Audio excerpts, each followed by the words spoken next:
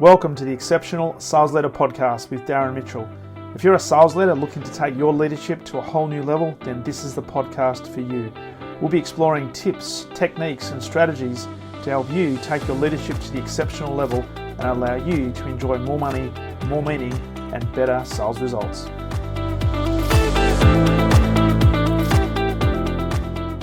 Welcome back to the Exceptional Sales Leader Podcast, and my special guest today is a lady who's got up relatively early in the UK.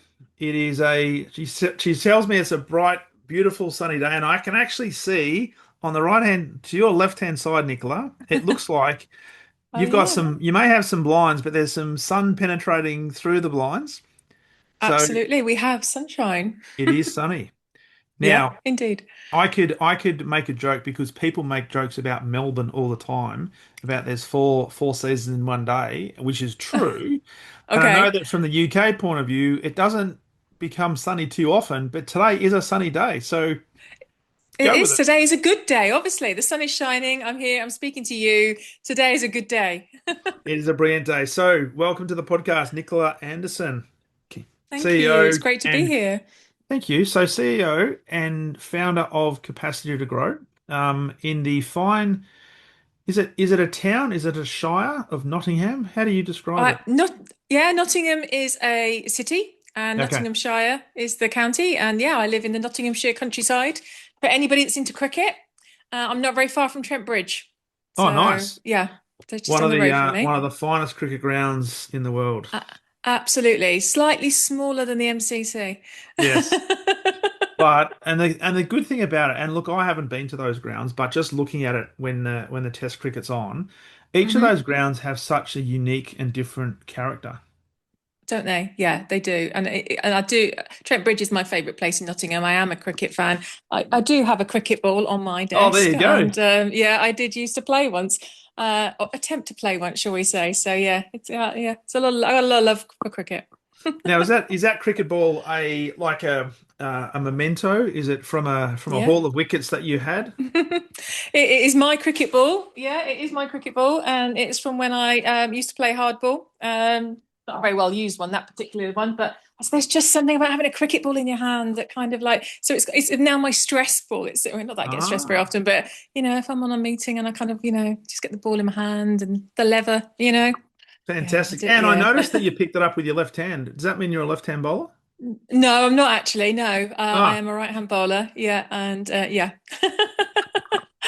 well, I was a right-hand bowler. These days, I don't think I've got it in me anymore. But yeah, but now I just like to watch it. Most of the time, but we won't talk about the Ashes. Well, I mean the Ashes, and we won't talk about the Ashes, although 6 months ago. But a lot of things have happened since then. The Australian cricket team have sort of not performed that well, albeit in the one-day games. There's been a bit of news in the English camp as well. Yes, exactly. There's a bit of misbehaving there in the team, isn't there? Yeah. Yeah, but hopefully they'll get back on track. But I must admit though, I did go to the Boxing Day test, which I do every year. Did you? Oh, amazing! I'd love to do that. It's on my bucket list. Absolutely cracking cricket, right? And I just love the way the English cricket team play their cricket, which is a long distant memory from when I was a kid and watching a guy called Jeffrey Boycott and a guy called Chris Pavaray. Yeah. But anyway, we're not going to talk about cricket. We're not. No, this is not a cricket podcast. So people listening, particularly in the US, just look up cricket, and I do apologise for that little interjunction. So, founder and CEO at Capacity to Grow, and you specifically work with founders and SMEs on helping them scale and remove bottlenecks in their particular business. As we talked about just before we press record, I love to delve in a little bit to my guest's background, just to find out sort of where it all started for you and what has led you down the path to now working in the industry that you are. And then we'll jump into some key questions around what some of your highlights and insights are. Yeah, sure thing. So I've been running my business now for 5 years. And prior to that, I spent 25 years in construction. And I worked my way there through facilities management to start with, and ended up in construction industry, particularly off-site modular construction. And I started off in a commercial role, Hmm. on the road selling, as a field salesperson, and loved it. I am not what you would call a traditional salesperson. I am driven by relationships. Not that salespeople aren't driven by relationships, but I am driven by relationships, almost more so than targets. Hmm. But I find if you do one well, the other comes, and that's where the reward comes. And I worked my way up, and became a sales manager, and then moved into a role that was commercial and operationals. So I kind of looked after the whole from winning the project to delivering the project, which I absolutely loved, and I do it all with a commercial mindset. Hmm. And I did that for, like I say, 25 years, worked my way through that role, and had a team of 130 when I came out of that. Of 30 of those was a sales team. Um, and then I had a moment. I think a lot of us had a moment after COVID, didn't we? Because if you figure it out, 2026, 5 years ago. So yeah, COVID came along, and a few things sort of happened. My mum passed away after an illness for a long time, and and 50 was fast approaching, and I just kind of had that moment. It's like, wonder what the next chapter looks like. Kind of, Yeah. I carried on working through COVID because it was construction we could do, and it was actually a really busy time for us. But Mm. the world did slow down a little, didn't it? And we did have time to think. And it just sort of led me to think, like, I wonder what's next. Mm. Really, and that kind of got me to thinking. I think I'd really like to try and go out on my own, but what on earth could I do? Yeah. Because on your own, you can't win. Build and deliver a modular building. So that wasn't really going to work. So it was kind of like, and I kind of, went on a bit of a journey really as to like, how can I best use my skills elsewhere? I have commercial and operational skills. Um, and 25 years, like I say, of experience in a particular industry. And initially, I did industry niche. I did go all in and kind of supporting construction businesses. And then I kind of it became quite apparent. People started to reach out to me based on referrals, that actually a lot of what I was doing was actually it didn't need to be industry, Hmm. relevant. All SMEs Mm. need more capacity in their business. So, and what I do now is I work with founders. They're normally at the point where they're turning over sort of up to sort of 5, 6 million pounds. And they perhaps don't have a senior leadership team yet, but they've got Yeah. a well-established business. It's doing well, and they're now maybe starting to think about, I wonder if this could exit at some point. I wonder if there could be an exit event, or this is really well established now, and actually I think I'm at a point in my life where I'd like to sort of step back into more of a visionary CEO chairman type role. And I want the business to run without me in it so much, or I want a bit more freedom perhaps because Mm. it's working.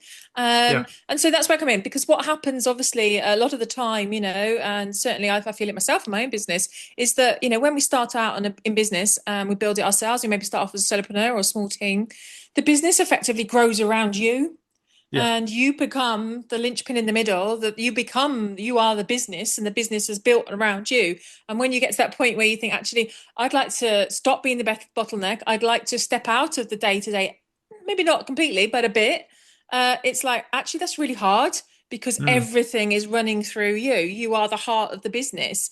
And so, I go into businesses and we look at kind of what is your structure, the people you have, the systems you're using, and we kind of work out what needs to happen to extract you from the day to days, maybe completely, maybe a little. Yeah. And, and Yeah. that might be, we're at the point where the team structure isn't quite right. You might need a senior leadership team. Now you might just need a good COO. You might need, maybe the data isn't there. So you've not got the visibility, so that when Mm. you're not in the business, you don't have trust and faith and belief that everything is okay. So you never actually switch off. So maybe what you need is a CRM system, or maybe what you need is, these days, maybe we need to put some AI tools in place to give you visibility of your data, to give you that. So yeah, so there's a few themes that we uncover, but the idea is that kind of in 3 to 4 months of working with myself, that they're kind of like, they have that new model, really, that new business model that allows them to go and have the life that they built the business for, really. So yeah, and that's what I do, and that's where I'm here now. Yeah. Love it, love it. So there's a lot in that, and there's a few things I'd love to delve into. One of the first Sure questions that thing. popped up when you were describing I guess, the transition away from your role in the modular construction company, having 130 people, was the journey you went through to arrive at working for yourself. And Mm. I'd love you to talk a little bit about that journey, but and specifically the point where you made that decision. How was Mhm. it for you going from all of a sudden being in a probably a matrixed organization with a group of people to Mhm. now being, wow, if something happens to my computer, I can't call IT. What do I do? No. Well, these days I call AI, but I actually have an IT department in my AI. So yeah, for sure. But yeah, absolutely. And after being in corporate for so long, and I've worked for some really big organizations, really well established, large corporate entities, it was a big deal. It was can I do this? This is really scary. Try not to swear there. Really scary. You can swear, it's okay. Uh, and can I do this? Should I do this? How long was it going to take for me to be financially viable? And to be honest, I did start off by joining a franchise initially, but I Okay. very quickly realized I found that quite stifling. The franchise is fabulous, don't get me wrong, but I felt like I needed my own voice and my own brand. I very quickly realized that. So kind of, yeah, within 18 months, I just extracted myself from that. But it gave me the confidence to go for it, really. And the thing you realize very quickly, I think, when you're setting up on your own is your community is everything. Mm, So that's where you get your departments from. That's where you get connections from. It's like that's where you get your expertise from, because you can't be an expert at everything, yeah. even if you are quite a generalist. Or you have, a good view on a number of. So for me, it's the commercial and operational side of things. Yeah. You can't be the expert in everything. So you need to find your experts, and to do that, you need to find your community, and you need Mm, to, effectively find your tribe, right? So, and I totally. think that comes from, putting yourself in the right rooms, having the right conversations, not expecting anything from anybody, but just going out there, meeting people, seeing what you can give, and making those connections. And I think that served me really well in my business. I get a lot of referral business, and I refer back. To a lot of people, and I think, and it's relationships, isn't it? And we were talking about that a little bit about that before we came on air. It's like relationships are everything, and Mm, if you can build those relationships um, around you, around your business, that will help you flourish.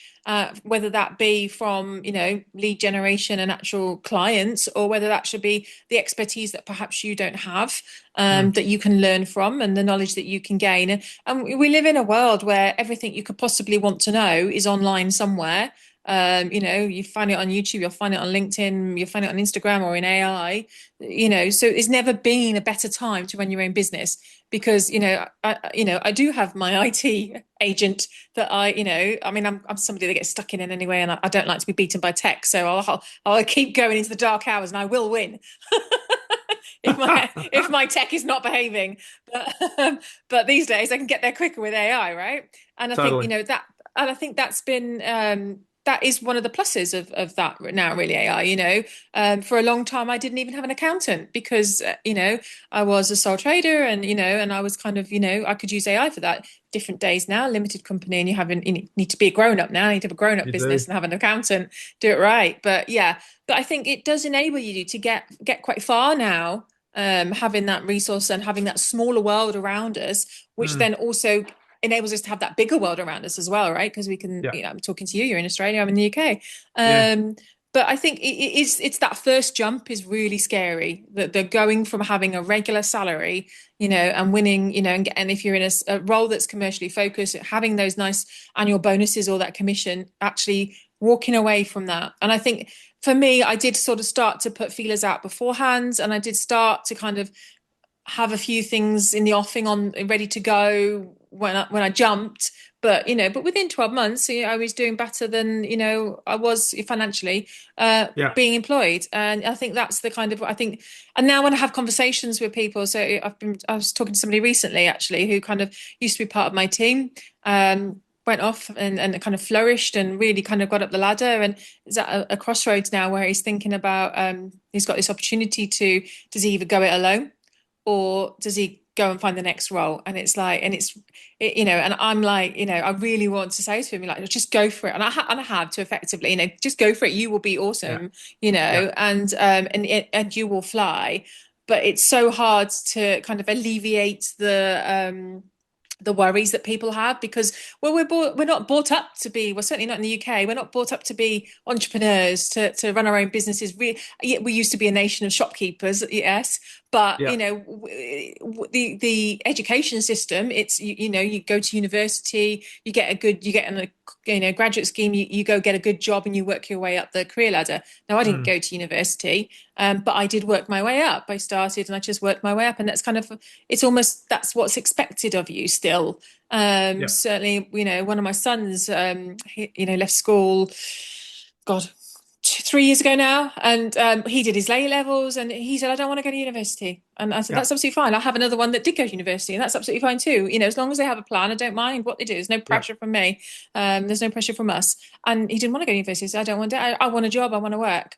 And I remember having that sort of last conversation with the teachers, and them saying, so what university are you going to be going to then? And he's like, I'm not. And then being actually really quite cross with him. It's Yeah. like, well, what do you mean you're not? You must go to university. Da, da, da, da. And I'm sitting there letting him have the conversation because he's 18 at that point, and I had to dive in. It's like, excuse me, he doesn't have to go to university. And I think that's the thing, really, that there are other options. There are other ways of making a living. There are other ways of running a business. There are other ways of growing as a person and giving back, etc. And I think as long as you've got that drive within you, which you absolutely need if you're going to run your own business, you've got to be prepared to put in the hours, and you've got to be prepared to have a go and fail, Mm. Yeah. and take the rejections as well as the wins. Then there's an awful lot that can be achieved, really. Which is such a parallel to sales, whether it be in small business sales, founder sales, or in corporate sales, because you're going to have to go Mm, through the process and back yourself. But what's really interesting, what you just shared, is the teachers are probably coming from an old paradigm and conditioned thinking that that's the absolutely. path that they've followed, and therefore that's the path that they're going to recommend to other people to follow. Which then begs the question: who are we listening to? And the people that we are listening to, do they have our best interests at heart, or do they have their Hmm. own narrative they're trying to push? Which is Yeah. which is intriguing. And we see this a lot in business as well. People pushing their Hmm. own narratives and saying, well, you should be doing this, you should be doing that. And it can be Yeah. quite constricting. Um, Totally. Yeah. mm, And I think that there's a huge trust thing there, isn't there, really? It's like, it's we have to trust ourselves. And I think we have to trust that the people around us know best for themselves as well. yeah. And when you think about it from an education point of view, it's like, I'm not having all teachers the same. But some of my best friends are teachers, my brother's a teacher, but some teachers, they know what they know, Mm, and they haven't been anything but in the academic world, yeah. and that's what they know, like, and trust. And I Yes. think then when you think about sales, we buy from people we like, know, and trust. And I think, Yes. trust is just a massive part of business, of life, but certainly of business. No business is going to be successful if you Mm, don't trust the person that you are buying from. And if you are selling, the first thing and the thing that will make you most successful in that commercial sales role is building trust. yeah. It's selling things that, or selling services, products, whatever it might be, that you believe in and you trust, because if you don't, you will get found out really quickly. Yeah. Plus, it's a hard slog selling something you don't believe in. So you've got to believe what it is you're selling. You've got to have trust in what it is you're selling. And then you need to relay that trust, and you need to get the person that you're selling to trust you to, and Mm, trust in what it is that you are selling. And I think that it's such a huge thing these days, because with AI as well, I love AI, I use it all the time, but it is causing us to not be so trusting of what we mm, see. We were talking offline, obviously, about you can create videos of yourself now, and it's hard to tell whether or not it's you or yeah. it's the real thing. We are real, Yeah. by the way. We are. We We are are real. here today. We are real. We are real. but but but I think trust should be a really core value for all businesses, and particularly SMEs and, solopreneurs, etc., where you are your business. Mm. People need to trust you. And to do that, you've got to do what you say you will do, deliver what you say you will deliver. You've got to, if you're delivering a product, you've got to believe and trust in that product. And it's such a key thing, and it's never been more so, really, in a world where we're all getting quite sort of skeptical and suspicious about what's happening around us, and where, in a world that's rather unsettled at the moment. Yeah. I think, Yeah. it's where you can make that human connection. If somebody's coming to me and they're trying to sell me a service, I'm going to go with the person that, yes, has the product that meets my needs, but I trust that what they're telling me is right, and I trust that they will deliver what they say they will deliver. Mm. And that I trust I'm getting value as well, because value is a huge thing at the moment too. But yeah, I think that's kind of a key thing for me, really. And it's something that's never been so more evident, really.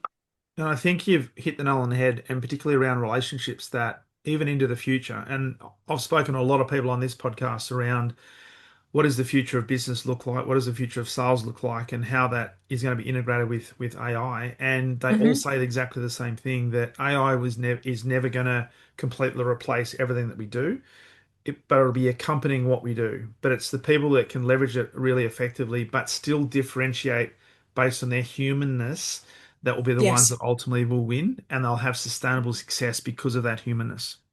Yes, absolutely. And I think you're right. And I think it's I think the businesses that are going to do well, as we move forward, and the ones that are doing well now, are the ones that are combining AI and humanists. And I kind of talk about this a lot, about the team of the future, what the Yeah. team of the future is.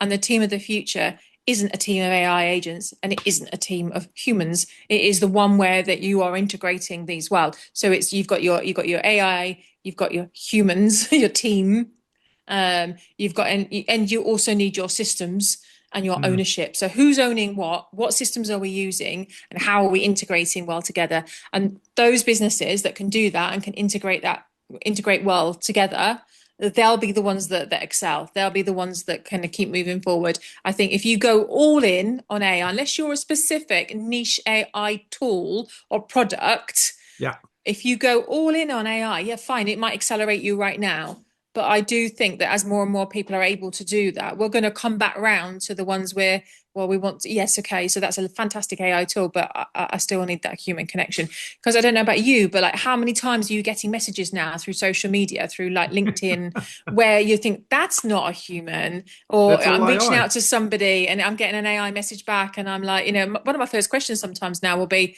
is this really you or is this AI?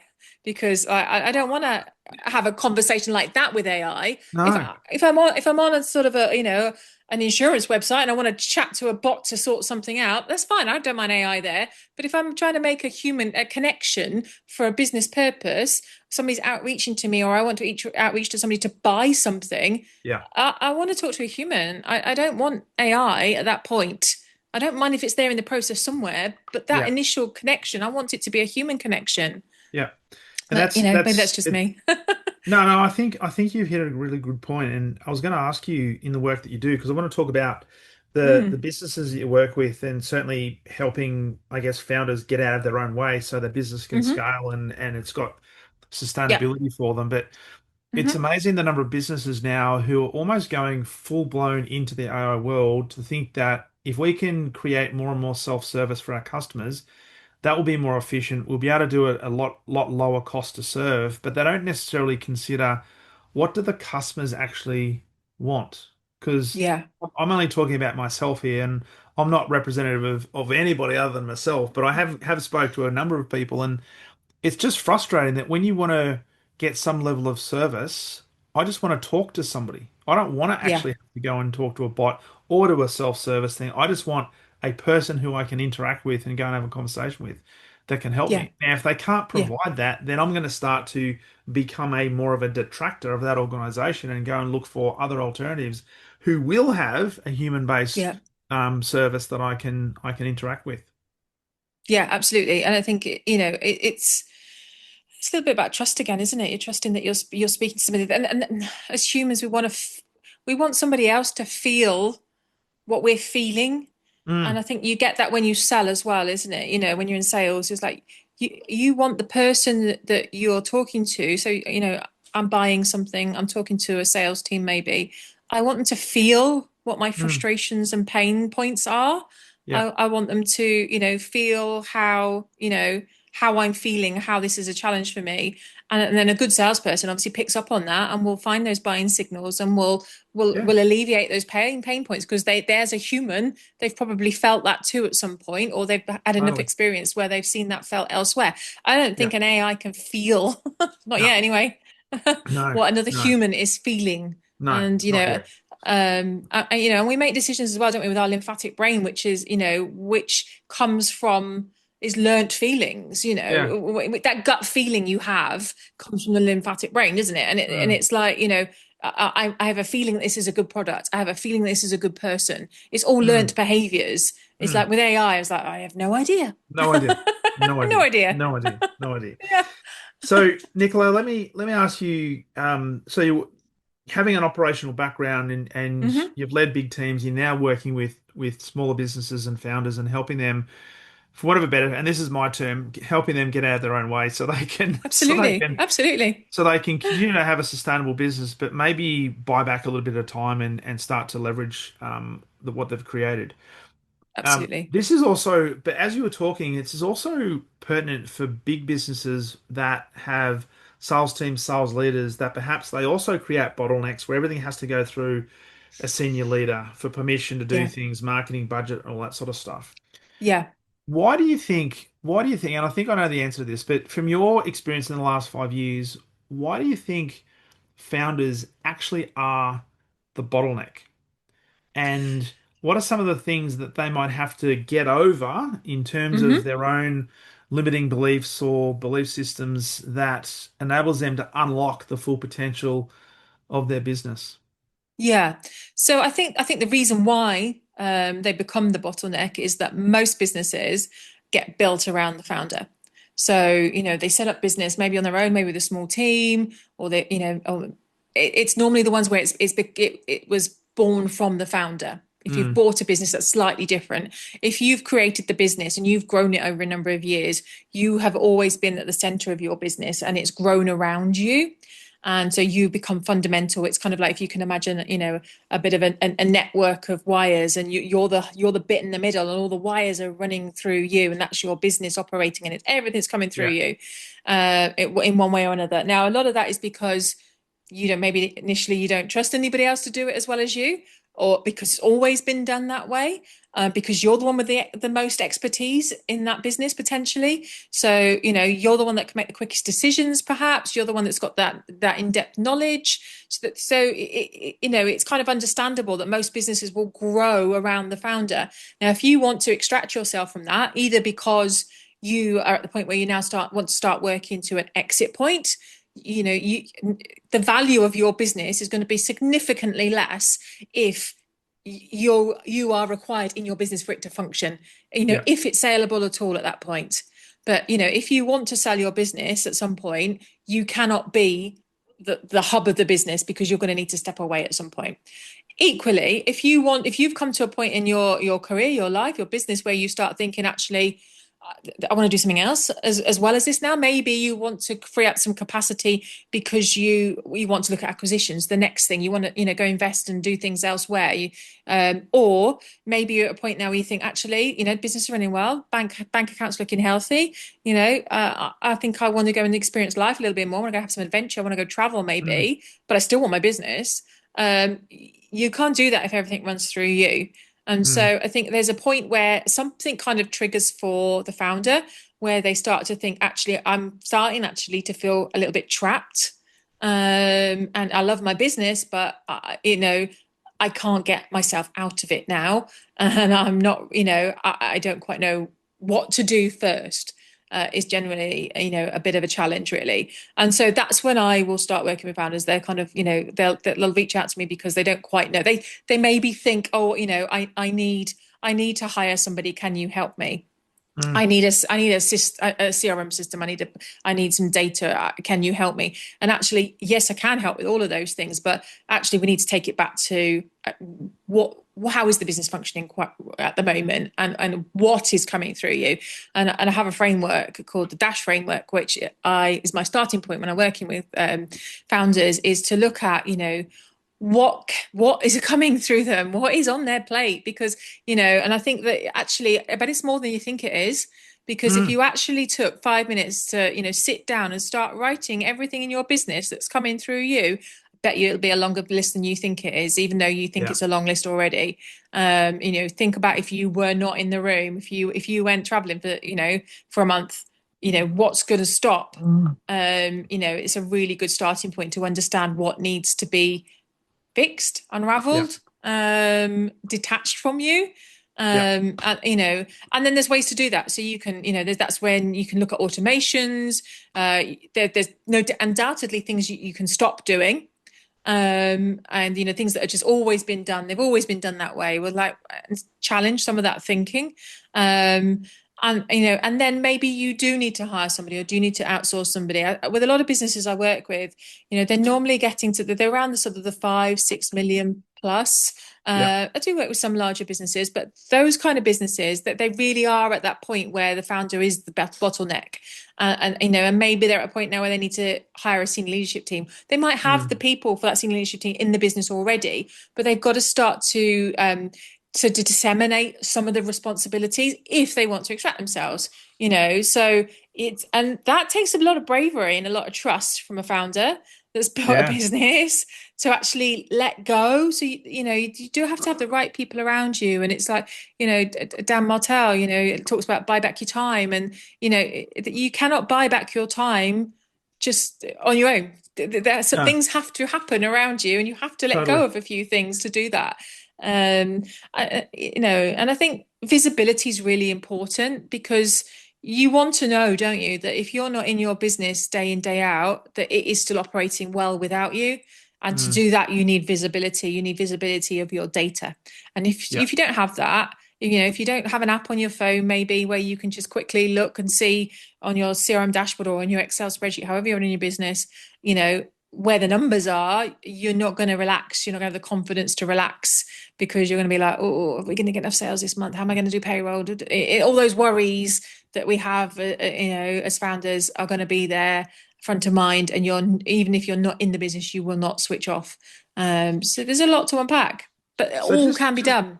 well, it can be done. Mm. What I was going to ask you there is, at what point in a business's evolution do founders typically engage with you? Is it at a point where they're almost at the threshold where they're going to have either a physical or a mental breakdown? And that, I don't say that disrespectfully. No, no. Or are they starting to plan what does the next 4 or 5 years look like? They may even have people that they're looking as part of a succession plan, and they just want to set Yeah. up the structure of the business to be successful beyond when they're there.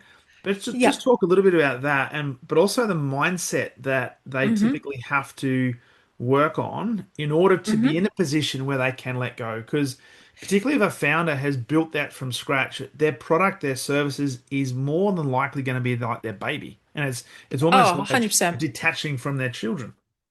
You're so right, and I do use that phrase quite a bit, because it is, isn't it? And I'm sure you feel it about your business, and I feel it about my business. It is my baby, Mm. like nobody's going to care about it as much as I do. But I think that you can accept that somebody will care about it well enough to look after it well, and I think that's the Mm. thing. And nobody's going to you are not you as a one person individual can't be replaced, but as a team of people around you, or a system around you, that can take on a lot of what you do. But you're right. People normally reach out to me because, yes, they kind of either feeling like I'm never switching off. I'm not sleeping well. There's just, I can't keep on top of everything. And there's got to be a better way. So I will get, people will reach out to me that are feeling like that.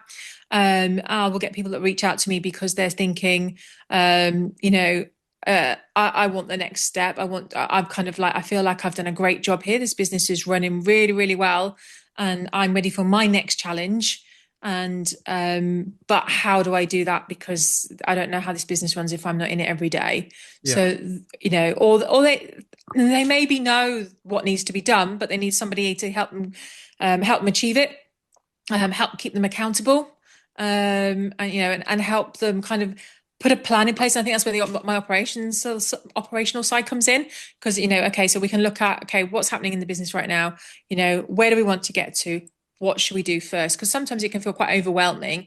Yeah. If you've, depending on what sort of business you've got, I work with lots of different types of businesses, but if you've got a business that's got quite a lot of people in it, maybe it's a manufacturing type of business.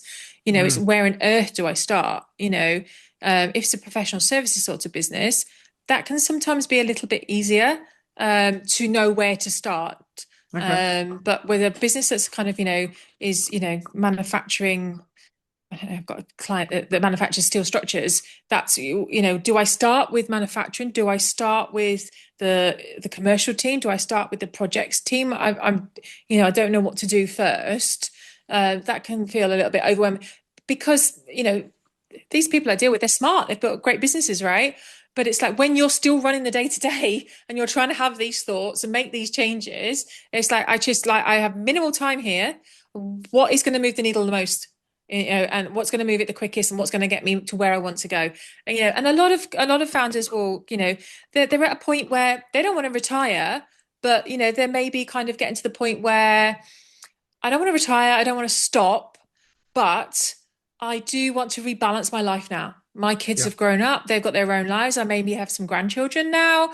My partner has maybe they're in a corporate role, and they are thinking about stepping back a bit, or and it's kind of like, okay, so I don't want to retire. I still want this business. I'm not hanging up my hat just yet, but I want to balance. I want to be Mm. able to take August off and go traveling with my partner.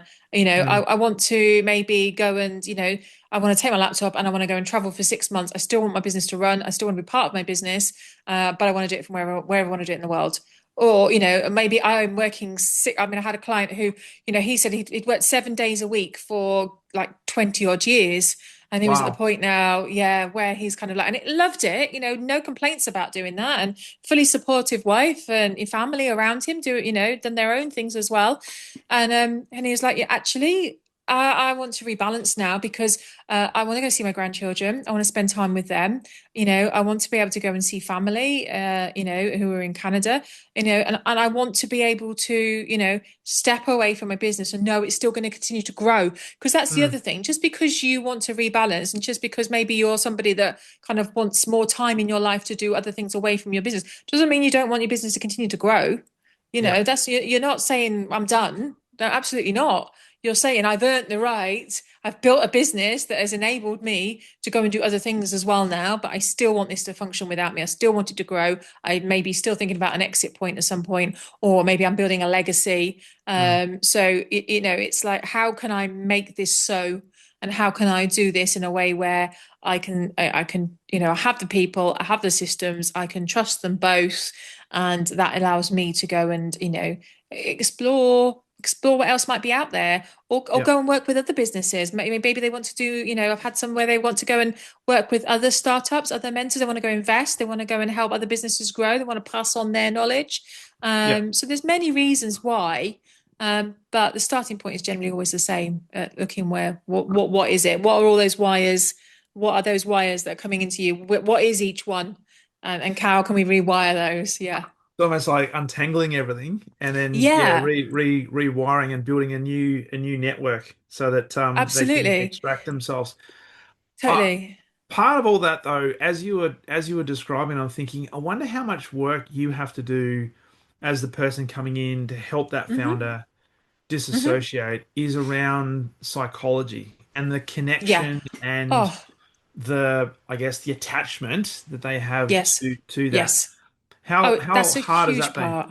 Yeah. Really, yeah, it's a huge, huge part. And I think, it kind of almost comes back to Simon Sinek, isn't it? What was your why? When you started this business, what was your why? Why were you doing this? What's your why? What's your Mm. purpose? What is it you were trying to achieve?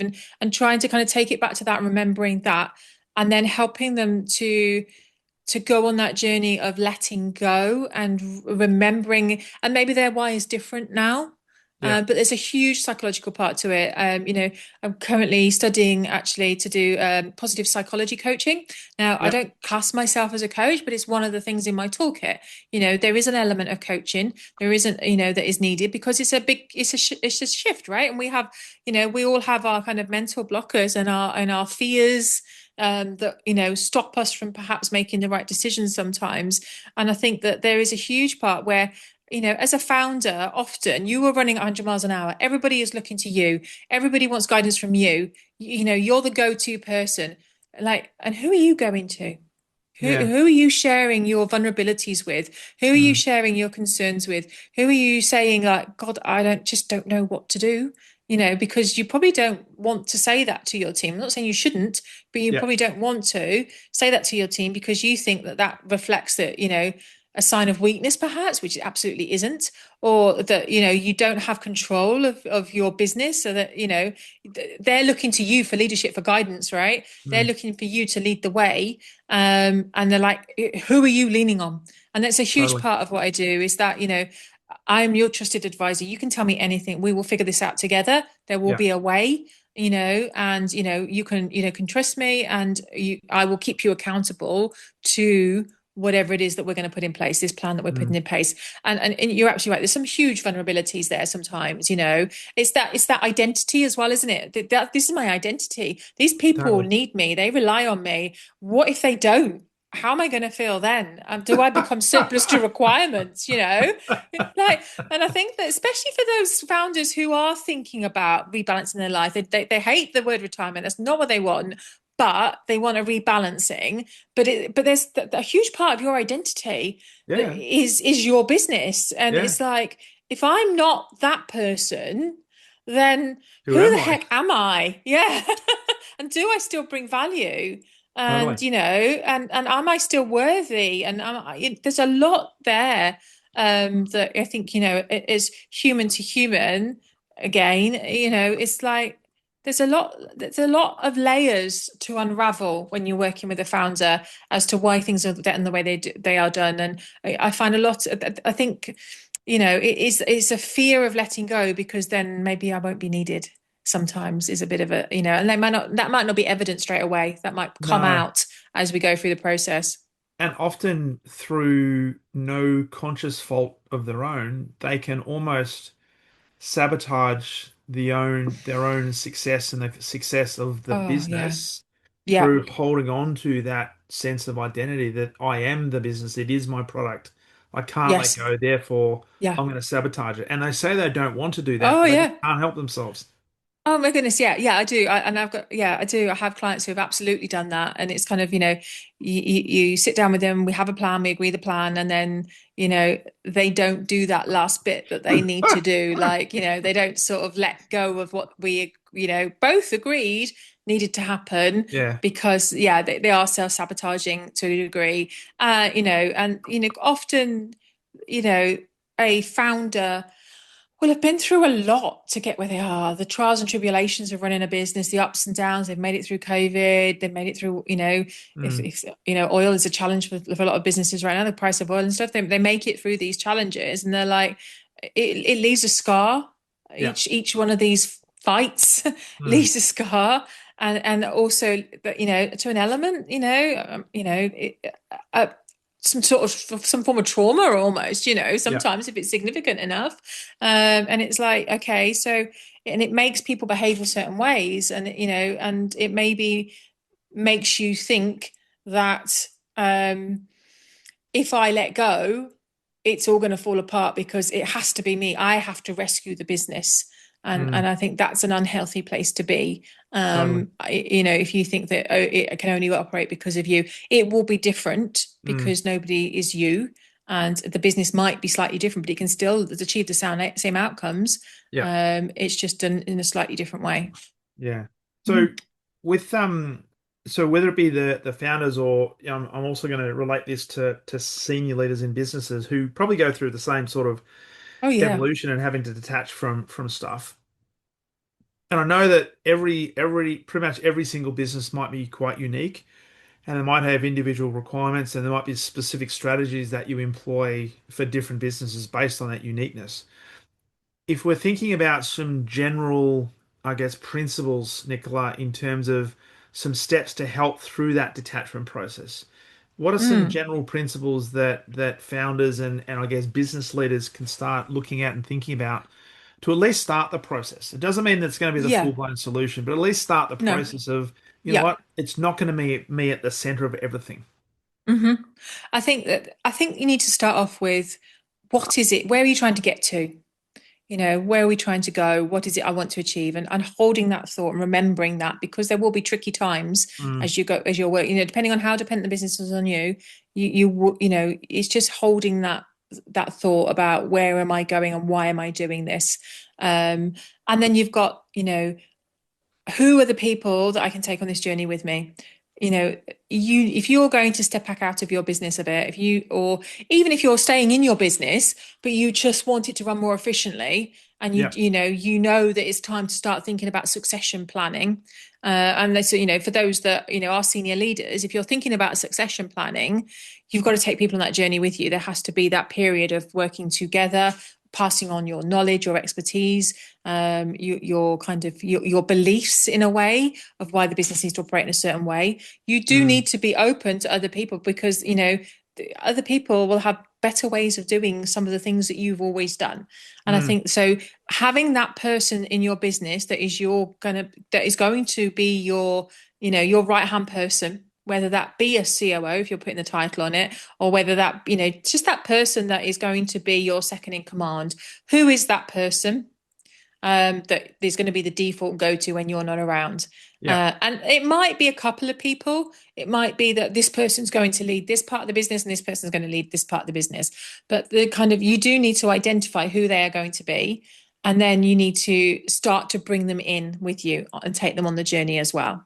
Yeah. And I think that's a really clear starting point. So it's what's your why, as in, why are we doing this? Where are we going? What's the Yeah. goal?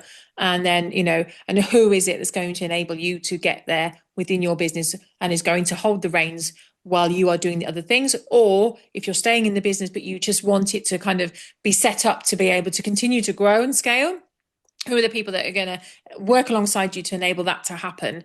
And they might be in the business, but they might not have all the skills that they need currently. So do we need to think about, okay, how do we upskill them? You know, Yeah. is it a case of, you know, they need to learn, they've got to understand another part of the business to be able to be that person, so you've got to bring them in that way? Or is it a case of that person does not exist at the moment, in which Mm, case, you know, I'll help you find that right person, we'll find that person, and we'll bring them in. And this, you know, that can take a few months, because you shouldn't rush these things, you know, especially if you're going out to market to find somebody to bring in to be that person. You yeah. know, it's got to be the right person, and it's got to take a little bit of time to build that trust as well, right? So yeah, I think that's where I would start. Really, is, you know, looking at what kind of, where you're going, what comes through you right now, what are all those wires, and then who is going to help unplug all those wires with you and is going to take them on when you're not there, really. Love that. In fact, I was doing a leadership program for a big Australian company in the last couple of weeks, and one of the key things we've been talking about is qualities of high performing teams that are Okay. consistent across big organizations. And one of the key qualities of high performing teams is the ability for leaders to build a diverse bench strength, which is all about that succession planning. Makes And sense. it's amazing how many organizations simply do not do that. And Yeah. but they become reactive when they need somebody, and then it's like, oh my God, I've got to go and find somebody. And then they may make some wrong decisions because they're Yeah. under the pressure of time to get it done. Absolutely. I think you're so right. And your people around you, they are what give your business heart. Mm, And I yeah, think it's really important. And I think that if you make rash decisions, um, make it too quickly, you will regret it. If you're not yeah, 100% sure, or at least 90% sure that that's the person, then just tread cautiously. yeah, Explore why you feel that, because if you put the wrong person in, they might look great on a CV, or, you know, um, but yeah, having the right people around you makes a massive difference. And with succession planning as well, I think that's really key in any organization, no matter what the size of it. mm, And don't just assume that your people know that you have plans for them. Yes. your intention is you want them in this role. You need to tell people this. You need to communicate them with them, Totally. and don't assume that your employees will always be there. They might, but everybody has their own story. Everybody Yeah, has their own aspirations. We're all living in our own movies, right? that's right. So we've all got our own stories to write. So don't just assume that because somebody's been in your business for 10 years or has been there since the start, they're always going to be there. Have the conversations, talk to them, find out what, do. I mean, I find a lot of SMEs, they don't do one-to-ones. And I know sometimes you think, oh no, not one-to-ones, but actually it's so important. But they don't have to be formal in an SME if that's not your vibe. Go have a coffee, have the conversations. How are you? How's your life? How's things, and because otherwise you're putting all your eggs in one basket and assuming that person in your business is going to be the person that's going to take it when you're not there. And I've seen it happen before where they've got their own Mm, plans and then they've gone and all of mm. a sudden you're like, I've invested 15 years in this person. What the heck do I do now? And it's like, well, maybe should have thought about that a few years ago. So All right. yeah, that's I something to was consider. I was just reflecting. I did a leadership program yesterday, and we're talking about one-on-ones. And one of the people turned around, or in fact, most of them turned around and said, "Where we have one-on-ones once every 6 months, and it's the formalized sit down." I'm thinking to myself internally,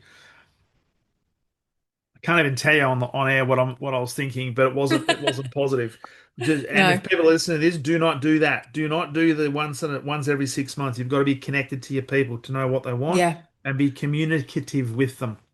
Yes, definitely. And the whole person, as much as people want to share and work, is that, you need to understand, especially never more so, because the world of work has changed, Totally. and we all have different aspirations, and the days of just getting a job and working your way up through the business until retirement, those days are gone. People don't Yeah. want that. People are more transient now. They want to try different things. And it's like, so, get to know the people behind the roles, Mm, understand, what makes them tick, what's important to them. Give them, if you want you've got something good in your team, if you've got good people in your team and you want to look after them, you need to think about their whole life, not just the time that they spend with you.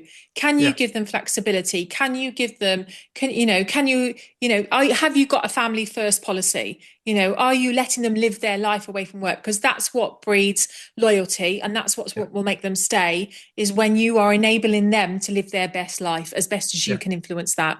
Yeah. And that will have a 100%. massive impact. Yeah, Amen to that, Nicola. Amen to that. absolutely.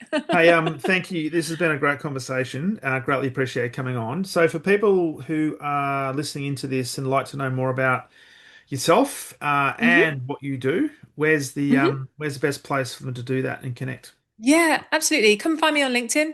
I'm Nicola Anderson, and if you search Nicola Anderson Capacity to Grow, you'll find me. And you come to my website. If you go to nicolaanderson.co.uk, that will tell you all a little bit more about me and a little bit more about my business as well, Capacity to Grow. And yeah, if anybody would like to chat about founder dependency, I'll happily talk about it all day long. And no Because we sales. can we might be able to help you go global. There you go. Absolutely, for sure. That would be awesome. And then, yeah, we'll go watch some cricket, right? That's right. We'll go watch some cricket and watch the yes, we'll watch the Poms and the Aussies do battle again. Hey Nicola, it's been a great conversation. Thanks for coming onto the podcast. If there was Thank you for having one, me. no, you're welcome. If there was one parting message, one Mm. piece of guidance, one piece of wisdom based on all of your experience that you'd want to leave with us and our listeners, what would that be? I would just say to you, freedom comes when you stop being the answer to everything in your business. So hold that thought, and if freedom is something you're looking for, and freedom can mean different things to different people, you can't be the only answer. You Mm. have to untangle yourself from those wires. So start with that point, and yeah, what can I rewire? And yeah, that's what I would say. Mm. Enough said. That is a great way to finish. Thank you so much, and Excellent. enjoy Thank your you. enjoy your wonderful sunny day I in know, Melbourne. it's lovely. Sun is shining. It's amazing. Thanks, Nicola. It's been a pleasure. Thanks so much, Darren. It's been lovely to be here. I've enjoyed the conversation.